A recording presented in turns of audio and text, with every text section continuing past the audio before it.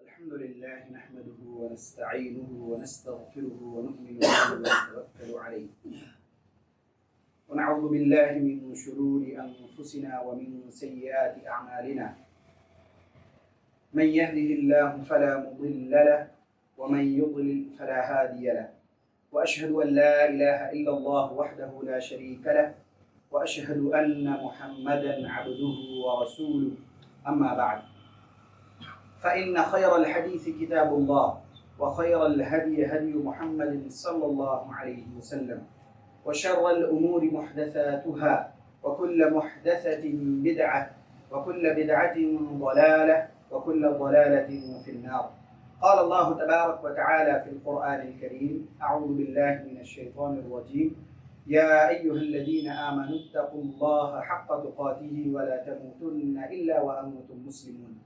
وقال تعالى في موضع آخر: بسم الله الرحمن الرحيم: يا أيها الناس اتقوا ربكم الذي خلقكم من نفس واحدة وخلق منها زوجها وبث منهما رجالا كثيرا ونساء واتقوا الله الذي تساءلون به والأرحام إن الله كان عليكم رقيبا.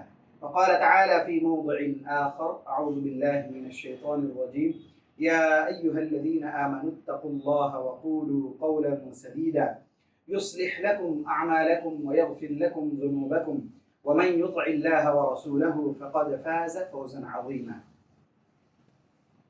تمام قسم کی تعریفات و توصیفات، کبریائی و بڑائی، حمد و ثنا صرف اور صرف اس اللہ رب العالمین ہی کے لیے لائق و زیبا اور سزاوار ہے، جس نے سارے جہاں کو بنایا، جو سارے جہاں کا خالق و مالک ہے اور سارے جہاں کے نظام کو بخوبی چلانے والا ہے۔ بعدہ بے شمار درود و سلام نازل ہو نبی آخر الزمان محمد عربی صلی اللہ علیہ وسلم پر۔ حاضرین جمعہ، گزشتہ ہفتہ جس عنوان پر آپ کے سامنے باتیں آئیں، انشاءاللہ آج بھی اسی عنوان پر کچھ اہم باتیں آپ کے گوش گزار کروں گا۔ عنوان تھا دیدار الہی، کہ اللہ تبارک و تعالی کے دیدار سے متعلق کچھ باتیں آپ کے سامنے رکھی جائیں۔ یہاں تک بات پہنچی تھی کہ دیدار الہی دنیا میں ممکن نہیں ہے، اور اگر کوئی اس کا مطالبہ کرتا ہے تو یہ ایک طرح کا جرم ہے کہ اللہ تبارک و تعالیٰ نے بنی اسرائیل سے یہ بات کہی کہ جب انہوں نے یہ مطالبہ کیا اور اللہ تبارک و تعالیٰ کو دیکھنا چاہا، حضرت موسیٰ علیہ السلام سے انہوں نے یہ ڈیمانڈ کیا کہ ہم اس وقت تک ایمان نہیں لائیں گے جب تک کہ ہم کیا نہ کر لیں، اللہ کو اپنی آنکھوں کے سامنے اپنی کھلی آنکھوں سے دیکھ نہ لیں۔ اللہ تبارک و تعالیٰ نے ان کو عذاب میں ڈال دیا جب انہوں نے اس طرح کی کنڈیشن رکھی۔ چنانچہ ارشاد فرمایا: وَإِذْ قُلْتُمْ يَا مُوسَى لَن نُّؤْمِنَ لَكَ حَتَّى نَرَى اللَّهَ جَهْرَةً فَأَخَذَتْكُمُ الصَّاعِقَةُ وَأَنْتُمْ تَنظُرُونَ، کہ بنی اسرائیل، تم نے جب یہ بات کہی کہ اے موسیٰ ہم اس وقت تک ایمان نہیں لائیں گے جب تک کہ ہم اپنی کھلی آنکھوں سے اللہ کو، اپنے رب کو دیکھ نہ لیں۔ اللہ تبارک و تعالیٰ نے یہ ارشاد فرمایا کہ تمہارے اس ڈیمانڈ کی وجہ سے اللہ تبارک و تعالیٰ نے انہیں عذاب میں مبتلا کر دیا، اور یہ ارشاد فرمایا: فَأَخَذَتْكُمُ الصَّاعِقَةُ وَأَنْتُمْ تَنظُرُونَ، کہ تمہیں ایک چیخ نے آ پکڑی اس حال میں کہ تم دیکھ رہے تھے، یعنی عذاب کو اپنی آنکھوں سے دیکھ رہے تھے۔ اس سے پتہ چلا کہ اللہ تبارک و تعالیٰ کا اس دنیا میں دیدار کرنا یہ ممکن نہیں ہے۔ اور بھی کئی باتیں گزشتہ ہفتہ آپ کے سامنے آئیں۔ مسلم کی ایک روایت ہے جس میں اللہ کے نبی صلی اللہ علیہ وسلم نے اس بات کی صراحت کی اور یہ ارشاد فرمایا: تعلموا، لوگوں کو متنبہ کرتے ہوئے کہ ایک بات اچھی طرح جان لو، تعلموا، ایک بات اچھی طرح جان اور سن لو، انہ لن یرا احد منکم ربہ عز وجل حتی یموت، کہ تم میں سے کوئی بھی شخص اپنے رب کو نہیں دیکھ سکتا یہاں تک کہ اسے موت آ جائے۔ یعنی اس دنیا میں اللہ کو دیکھنا اپنی آنکھوں سے یہ ممکن نہیں ہے۔ اس کے لیے انسان جب یہاں سے چلا جائے، حساب و کتاب ہو، ایمان والے ہوں، اور آپ کے سامنے یہ روایت آئی کہ اللہ تبارک و تعالیٰ جنتیوں کو جب یہ خوشخبری دے گا اور ان کے سامنے یہ چیزیں رکھے گا، پوچھا جائے گا ان سے کہ اور کچھ چاہیے، جنتی یہ کہیں گے ساری چیزیں تو مل گئی، عزت و اکرام مل گیا، گناہوں سے ہمیں جو ہے بچا لیا گیا اور ہمیں جنت کے بے شمار نعمتیں عطا کر دی گئی، اور کیا چیزیں باقی رہ گئی؟ پھر اللہ تبارک و تعالیٰ اپنا پردہ ہٹائے گا، جنتیوں کو اس نعمت سے زیادہ اور کوئی نعمت اس کے لیے خوشگوار نہیں ہوگا۔ یعنی ان کے سامنے سب سے اہم نعمت یہی ہوگی کہ وہ اپنے رب کو اپنی کھلی آنکھوں سے دیکھ سکے گا۔ مسلم ہی کی ایک روایت ہے، حضرت ابی موسیٰ اشعری رضی اللہ تعالیٰ سے روایت ہے، وہ کہتے ہیں قام فینا رسول اللہ صلی اللہ علیہ وسلم بخمس کلمات، کہ اللہ کے نبی صلی اللہ علیہ وسلم نے ہمیں 5 باتوں کا خطبہ ہمارے سامنے ارشاد فرمایا، یعنی آپ نے کچھ ارشاد فرمایا، اس میں 5 باتیں آپ نے بیان کی۔ ارشاد فرمایا فقال، سب سے پہلی بات، ان اللہ عز وجل لا ینام ولا ينبغی له ان ینام، کہ پہلی بات کہ اللہ تبارک و تعالی نہیں سوتا ہے اور اللہ کے شایان نشان نہیں ہے کہ اللہ سو جائے۔ یہ تو انسان کے اوصاف میں سے ہے، اللہ کے مخلوقات کے اوصاف میں سے ہے کہ ان کو نیند آتی ہے، تھکان ہوتا ہے، پھر وہ جاگتا ہے، بیماری ہوتی ہے، یہ ساری چیزیں، یہ سارے نقص اور یہ ساری کمیاں یہ مخلوق میں ہیں، اللہ میں نہیں ہو سکتی ہیں۔ اللہ کو نیند نہیں آتی، تھکان نہیں ہوتا، اس طرح کی چیزیں اللہ تبارک و تعالیٰ کی ذات کے ساتھ نہیں ہوتی۔ یہ اللہ کے شایان نشان نہیں ہے کہ اللہ کو کیا ہو، نیند آئے۔ پہلی چیز، ان اللہ عز وجل لا ینام، آپ صلی اللہ علیہ وسلم نے ارشاد فرمایا کہ اللہ تبارک و تعالیٰ کبھی نہیں سوتا، ولا ينبغی له ان ینام، اور اللہ کے شایان نشان بھی نہیں ہے یہ بات۔ یہ تو انسان کے چیزوں میں سے ہے، یہ ایک کمی ہے، نقص ہے کہ آدمی کو نیند آئے، تھکان ہو، اور اللہ کے ساتھ کوئی کمی اور نقص نعوذ باللہ نہیں ہو سکتی۔ یخفض القسط ویرفعہ، اور اللہ تبارک و تعالیٰ کے قبضہ و قدرت میں جو میزان ہے، ترازو ہے، کہ اس کو اللہ تبارک و تعالیٰ ہی کنٹرول کرے گا۔ یرفع الیہ عمل اللیل قبل عمل النہار، نمبر 3 کہ اللہ تبارک و تعالیٰ کی جانب رات کے اعمال دن سے پہلے پہنچائے جاتے ہیں، اور چوتھی چیز، دن کے اعمال رات سے پہلے پہنچائے جاتے ہیں۔ یعنی انسان جو بھی عمل کرتا ہے، جو بھی ہم عمل کرتے ہیں، ان عملوں کو رات ہونے سے پہلے دن کا پہنچا دیا جائے گا، اور پھر رات کے اعمال صبح ہونے سے پہلے پہنچا دیا جائے گا۔ یرفع الیہ عمل اللیل قبل عمل النہار، اور اسی کی طرف رات کے اعمال پہنچائے جاتے ہیں دن سے پہلے، وعمل النہار قبل عمل اللیل، اور دن کے اعمال پہنچائے جاتے ہیں رات کے عمل سے پہلے۔ حجابہ النور، اور 5ویں چیز جو خطبے میں آپ نے ارشاد فرمائی وہ یہ تھی کہ اس کا پردہ ایک نور ہے، یعنی اللہ تبارک و تعالیٰ نور کے ذریعے سے اللہ پردے میں ہے۔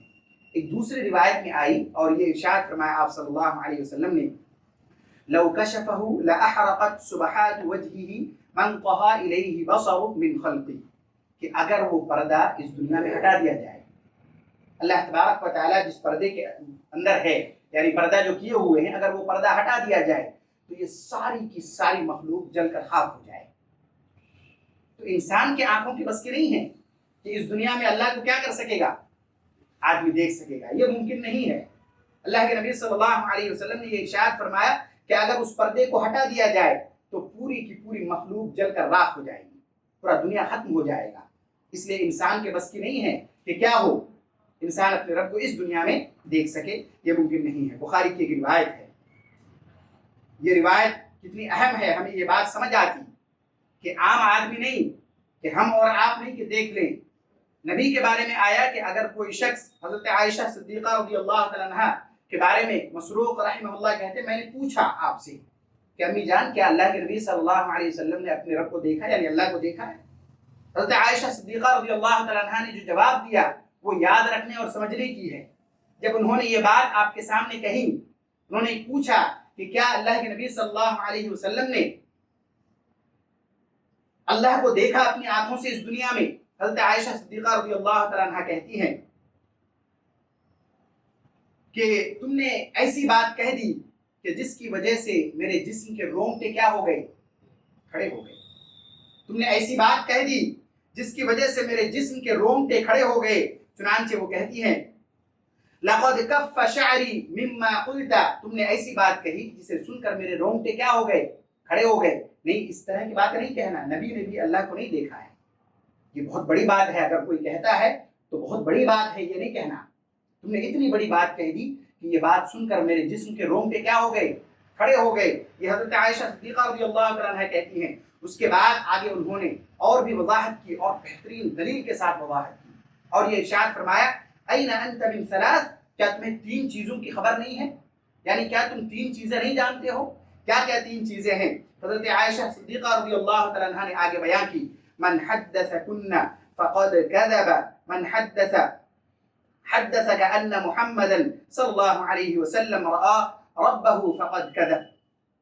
حضرت عائشہ صدیقہ رضی اللہ تعالیٰ عنہ نے حضرت مسروق سے کہا کہ اگر یہ 3 باتیں تم سے کوئی کہے تو وہ جھوٹ کہتا ہے، یعنی یہ 3 چیزیں سچ نہیں ہو سکتی۔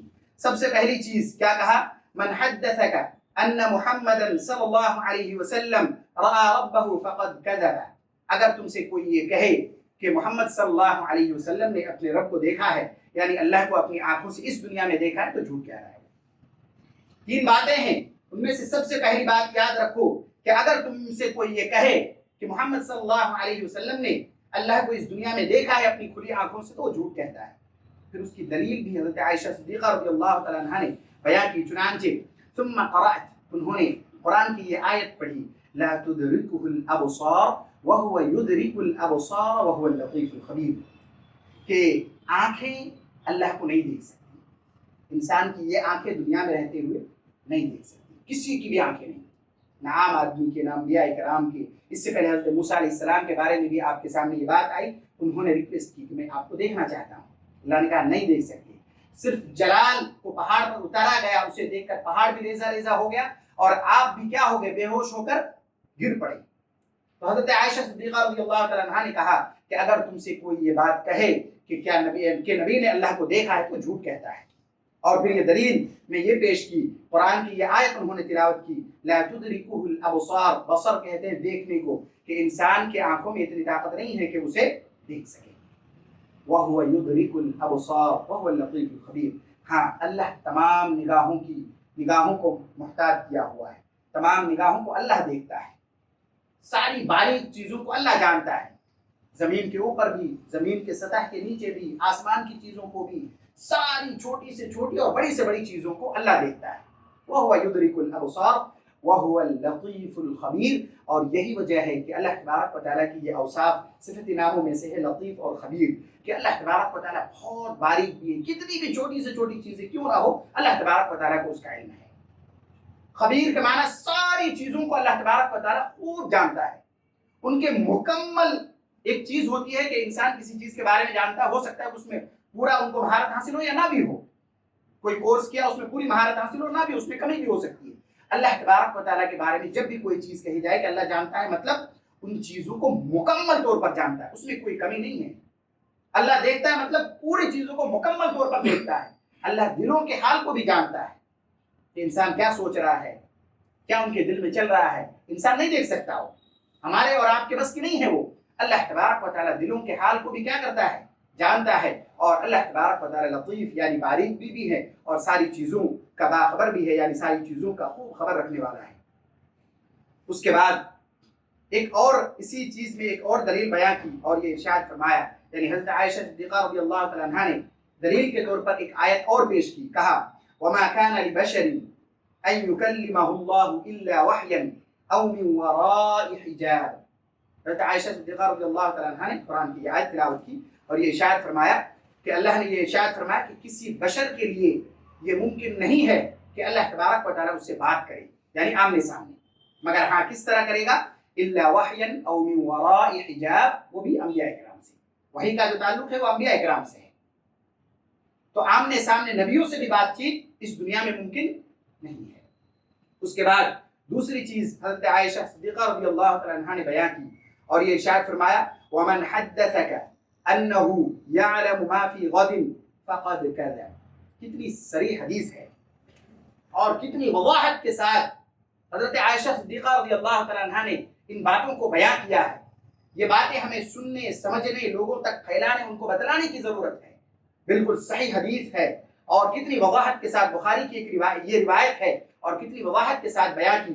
چنانچہ حضرت عائشہ صدیقہ رضی اللہ تعالیٰ عنہا نے دوسری بات بیان کی، مسروق سے کہا وَمَنْ حَدَّثَكَ أَنَّهُ يَعْلَمُ مَا فِي غَدٍ فَقَدْ كَذَبَ۔ اگر تم سے کوئی یہ بیان کرے کہ محمد صلی اللہ علیہ وسلم کل کیا ہوگا جانتے ہیں، تو جھوٹ کہہ رہا ہے، یعنی آپ کل کیا ہوگا آپ کو بھی نہیں معلوم، اللہ کہ ان چیزوں کا علم ہو جو آپ کو اللہ تبارک و تعالیٰ نے پہلی وحی کے ذریعے سے بتلایا، اور اس کے بارے میں قرآن میں کئی جگہ اللہ تبارک و تعالیٰ نے بیان کر دی ہے۔ یہ بہت اہم چیز ہے جو حدیث میں اس کی صراحت بھی بیان کی گئی اور بتلایا کہ اگر کوئی شخص تم سے یہ کہے کہ محمد صلی اللہ علیہ وسلم کو یہ پتا ہے کہ کل کیا ہوگا، تو جھوٹ کہہ رہا ہے، وہ جھوٹ کہہ رہا ہے۔ چنانچہ حضرت عائشہ صدیقہ رضی اللہ تعالیٰ عنہ نے قرآن کی آیت تلاوت کی، ایسی بات نہیں کی، پوری دلیل اور مدلل بات کی. ثم قرأت، پھر حضرت عائشہ صدیقہ رضی اللہ تعالیٰ عنہ نے قرآن کی تلاوت کی، ارشاد فرمایا وما تدری نفس ماذا تکسب غدا، کسی بھی نفس کو یہ نہیں معلوم ہے کہ کل وہ کیا کرے گا، کیا ہوگا، کیا نہیں ہوگا، کسی کو نہیں معلوم. کیا کمائے گا، کیا کھائے گا، کسی کو نہیں معلوم. سارے لوگ اس میں شامل ہیں، نفس کے معنی میں سارے لوگ شامل ہیں. وما تدری نفس ماذا تکسب غدا، اس لیے حضرت عائشہ صدیقہ رضی اللہ تعالیٰ عنہ نے باضابطہ مسروق کو یہ بات ان باتوں کی وضاحت کی کہ یہ چیزیں تمہیں علم ہونی چاہیے، کیسے نہیں پتہ ہے تمہیں. اس کے بعد تیسری چیز بیان کی ومن حدثک انہ کتم فقد کذب، اگر تم سے کوئی یہ کہے کہ نبی نے کچھ باتیں چھپا لی ہیں تو جھوٹا ہے. نبی نے کوئی بات چھپائی نہیں. جتنے بھی انبیاء کرام آئے، جتنے بھی انبیاء کرام اس دنیا میں آئے، ان کو جو بھی ذمہ داریاں دی گئی، جن باتوں کو پہنچانے کا حکم ان کو دیا گیا، ہمارا اور آپ کا یہ عقیدہ بہت تیقن کے ساتھ ہونا چاہیے کہ تمام انبیاء کرام نے اپنی ذمہ داری کو مکمل طور پر نبھایا. انہوں نے کوئی بات چھپائی نہیں، کوئی بات اپنی جانب سے لائی نہیں، اور کوئی بات کسی طرح کی الٹ پھیر انہوں نے انبیاء کرام نے نہیں کی. چنانچہ حضرت عائشہ صدیقہ رضی اللہ تعالیٰ عنہ نے حضرت مسروق سے یہ کہا کہ اگر تم سے کوئی یہ بات کہے کہ نبی صلی اللہ علیہ وسلم نے ومن حدثک انہ کتم فقد کذب، کہ اگر تم سے کوئی یہ بات کہے کہ نبی صلی اللہ علیہ وسلم نے کچھ باتیں چھپا لی ہیں تو وہ جھوٹ کہہ رہا ہے. ایسا ممکن نہیں ہے. انبیاء کرام باتوں کو چھپاتے نہیں ہیں، جن باتوں کے پہنچانے کا حکم دیا گیا وہ مکمل طور پر پہنچاتے ہیں. پھر حضرت عائشہ صدیقہ رضی اللہ تعالیٰ عنہ نے بہترین دلیل پیش کی اور قرآن کی یہ آیت تلاوت کی ثم قرأت یا ایھا الرسول بلغ ما انزل الیک من ربک، کہ اے نبی صلی اللہ علیہ وسلم آپ ان چیزوں کو اسی طرح پہنچا دیجئے لوگوں تک جس طرح آپ تک پہنچایا گیا، یعنی آپ کو بتلایا گیا، پہنچانے کا حکم دیا گیا. آپ اسی طرح کیا کر دیجئے، لوگوں تک ان احکامات کو پہنچا دیجئے. اور ہمارا یہ عقیدہ ہے اور ہونا بھی چاہیے کہ تمام انبیاء کرام نے اپنی ذمہ داری کو مکمل طور پر نبھائی، اس میں کسی طرح کی کوئی کمی، کسی طرح کا کوئی نقص نہیں انہوں نے چھوڑا. یہ تین باتوں سے پتہ چلا. جو سب سے پہلی بات ہے جس میں حضرت عائشہ صدیقہ رضی اللہ تعالیٰ عنہ نے باضابطہ یہ کہا کہ اگر تم سے یہ کوئی کہتا ہے کہ محمد صلی اللہ علیہ وسلم نے اللہ کو دیکھا ہے تو وہ جھوٹا ہے، نہیں ہو سکتا ہے. یہ ممکن نہیں ہے. اس دنیا میں رہتے ہوئے کسی کے لیے یہ ممکن نہیں ہے، نہ عام آدمی کے لیے، نہ انبیاء کرام کے لیے، کہ اللہ کو اپنی کھلی آنکھوں سے دیکھ سکے. اس کے بعد آئیے مختصر طور پر کچھ ایسے اعمال ہیں جس کے ذریعے سے کل قیامت کے دن حساب و کتاب ہونے کے بعد اگر ہم ان اعمال کو کرتے ہیں، قرآن کی روشنی میں، احادیث کی روشنی میں پتہ چلتا ہے کہ ان اعمال کو کرنے کی وجہ سے ہمیں دیدار الہی میسر آئے گا، جو جنتیوں کے لیے سب سے بڑی نعمت ہوگی. چنانچہ سب سے پہلی چیز کہ دیدار الہی کے ذریعہ بننے کے کچھ اعمال ہیں، ان میں سب سے پہلی چیز ایمان و عمل صالح. یہ بات پہلے بھی آ چکی ہے کہ اگر ایک آدمی کے پاس ایمان نہ ہو تو چاہے کتنا بھی عمل صالح کر لے کوئی کارگر نہیں ہوگا. اس لیے جو سب سے پہلی چیز ہے وہ ایمان ہے، اور اس کے بعد عمل صالح یعنی نیک اعمال ہے. جب کوئی آدمی کرے گا تو اس کے ذریعے سے بہت ممکن ہے کہ وہ اس بات کی امید بھی رکھے کہ وہ اپنے رب سے ملاقات کرے گا. چنانچہ اللہ تبارک و تعالیٰ نے سورہ کہف میں یہ ارشاد فرمایا قل انما انا بشر مثلکم یوحى الی انما الہکم الہ واحد. اے نبی صلی اللہ علیہ وسلم آپ کہہ دیجئے لوگوں کو کہ میں بھی تمہاری طرح بشر ہوں، فرق یہ ہے کہ مجھ تک یہ وحی بھیجی جاتی ہے اور عام آدمیوں کو وحی نہیں بھیجا جاتا. اور یہ بھی وحی بھیجا گیا ہے مجھ تک کہ تمہارا معبود ایک ہی معبود ہے. چنانچہ فمن کان یرجو لقاء ربہ، لہذا تم میں سے جو شخص بھی یہ امید رکھتا ہے کہ وہ اپنے رب سے ملاقات کرے تو اسے کیا کرنا چاہیے؟ فلیعمل عملا صالحا ولا یشرک بعبادۃ ربہ احدا، تو اسے چاہیے کہ نیک اعمال کرے اور اپنی عبادات کے ساتھ اللہ کے ساتھ کسی چیز کو شریک نہ ٹھہرائے. تو وہ اپنے رب سے ملاقات کرے گا اور اپنے رب کے سامنے وہ حاضر ہوگا، اپنی کھلی آنکھوں سے اللہ کو دیکھ سکے گا.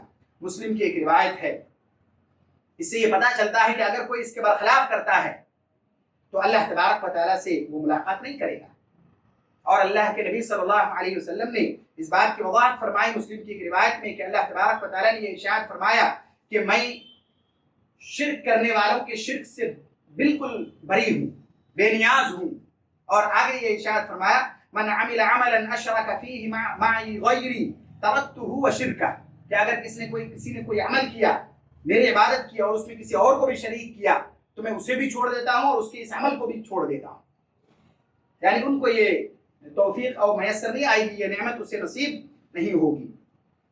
اللہ تبارک و تعالیٰ نے قرآن کریم میں یہ ارشاد فرمایا کہ جن کے پاس ایمان نہیں ہے ان کی کیا حالت ہوگی. کلا انہم عن ربہم یومئذ لمحجوبون، کہ اس دن وہ اپنے رب سے پردے میں ہوں گے، وہ نہیں کر سکیں گے ملاقات. اللہ سے ملاقات کے لیے ایمان بھی ضروری ہے اور عمل صالح بھی ضروری ہے. اللہ کی ملاقات کو پسند کرنا ہے. بہت پیاری روایت آپ کے سامنے رکھی جاتی ہے. دوسری چیز یہ ہے کہ اللہ سے ملاقات کا ایک جذبہ اور ایک تڑپ ہونی چاہیے ہمارے اندر کہ ہم اللہ سے اپنے رب سے ملاقات کریں گے. یہ جذبہ ہمارے اندر ہونی چاہیے. چنانچہ بخاری کی ایک روایت ہے، حضرت عبادہ بن صامت رضی اللہ تعالیٰ عنہ سے روایت ہے، وہ کہتے ہیں کہ اللہ کے نبی صلی اللہ علیہ وسلم نے ارشاد فرمایا من احب لقاء اللہ احب اللہ لقاءہ، کہ جو شخص اللہ سے ملاقات کرنے کو پسند کرتا ہے اللہ تبارک و تعالیٰ بھی اس بندے سے ملنا چاہتا ہے. اتنی بڑی فضیلت کی بات ہے. یعنی ہمارے اندر اگر یہ تڑپ ہو تو اللہ تبارک و تعالیٰ بھی چاہتا ہے کہ ہم سے ملاقات کرے. چنانچہ آگے اللہ کے نبی صلی اللہ علیہ وسلم نے ارشاد فرمایا ومن کرہ لقاء اللہ کرہ اللہ لقاءہ، اور جو شخص اس بات کو ناپسند کرتا ہے کہ اللہ سے ملاقات کرے تو اللہ بھی اس سے ملنا نہیں چاہے گا. آگے ارشاد فرمایا قالت عائشہ، حضرت عائشہ صدیقہ رضی اللہ تعالیٰ عنہ یا بعض آپ کے ازواج میں سے کسی نے کہا، ان کو اصل میں یہ بات سمجھ آئی کہ کہیں نہ کہیں ہم بھی ناپسند کرتے ہیں، کیونکہ ہم بھی تو مرنے سے ڈرتے ہی ہیں کہ ہمیں بھی موت نہ آئے. تو کہیں اس کا یہ مطلب تو نہیں ہے کہ ہم بھی اپنے رب سے ملاقات کرنے کو ناپسند کرتے ہیں، کیونکہ رب سے ملاقات کب ہوگی؟ مرنے کے بعد.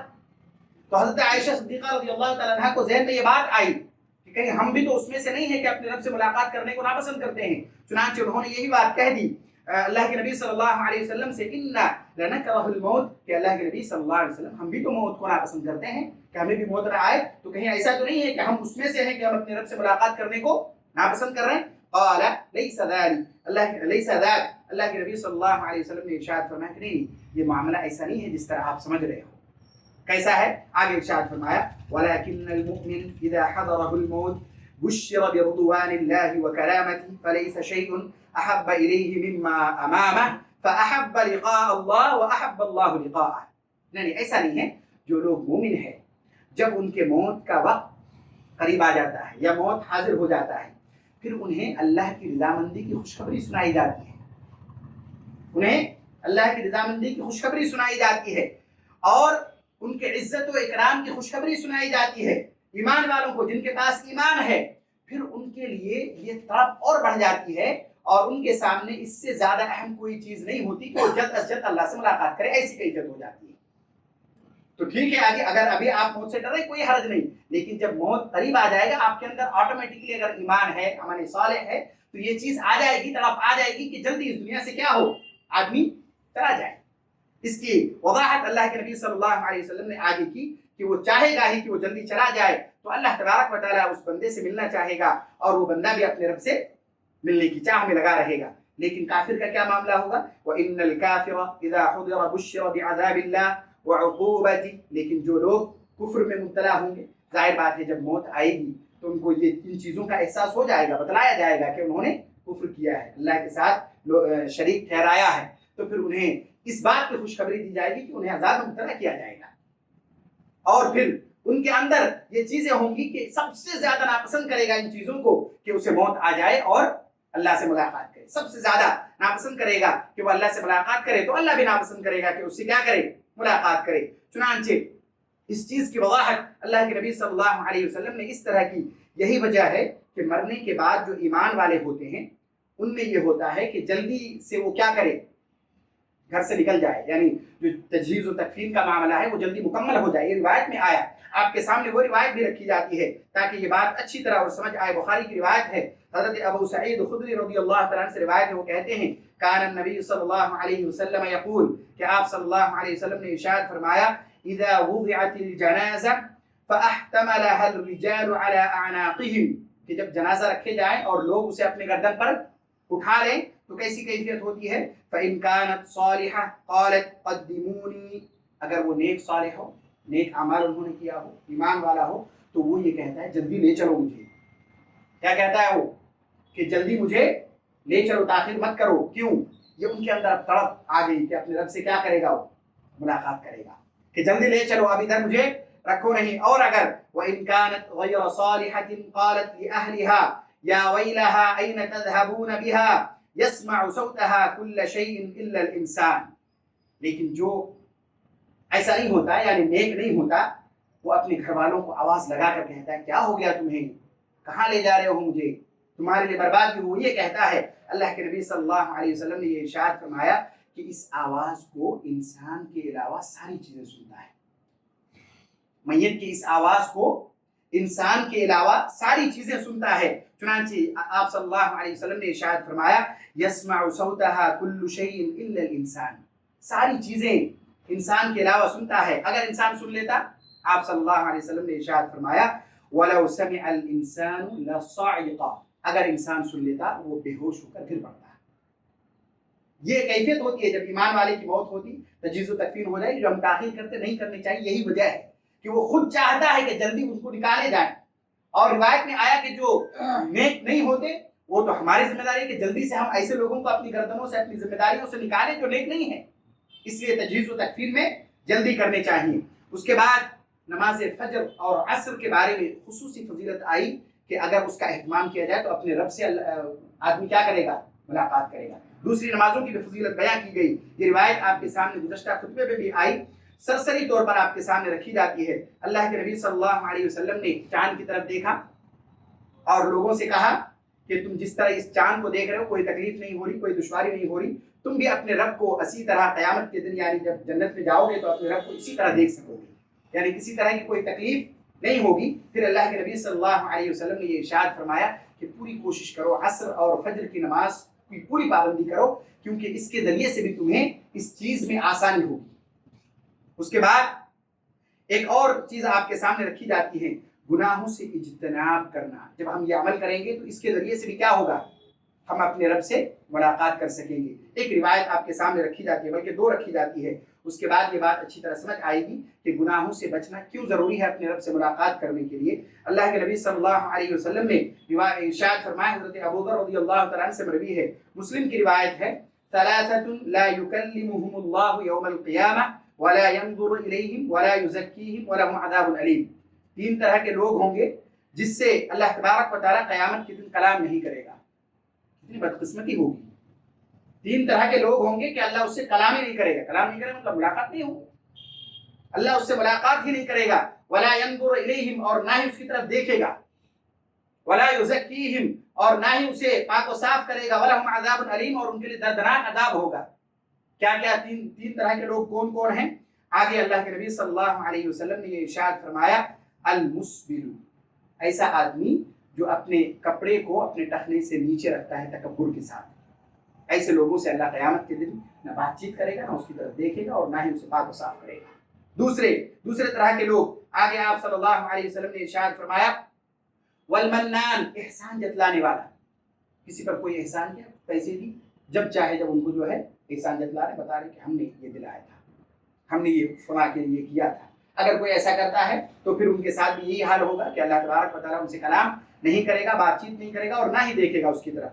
نمبر 3، والمنفق سلعته بالحلف الكاذب.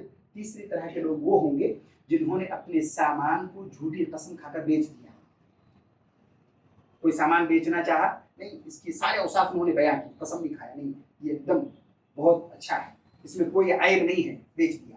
تو ایسے لوگ کی بھی حالت ایسی ہوگی کہ اللہ تبارک و تعالیٰ ان سے نہ کلام کرے گا اور نہ ہی اس کی طرف دیکھے گا. ایک اور روایت آپ کے سامنے رکھی جاتی ہے، پھر میں اپنی باتوں کو اختتام تک پہنچاؤں گا. مسلم کی روایت ہے، حضرت ابو ہریرہ رضی اللہ تعالیٰ عنہ سے روایت ہے، وہ کہتے ہیں کہ رسول اللہ صلی اللہ علیہ وسلم نے ارشاد فرمایا، ثلاثة لا يكلمهم الله يوم القيامة ولا يزكيهم، قال ابو معاویہ ولا ينظر إليهم ولهم عذاب أليم.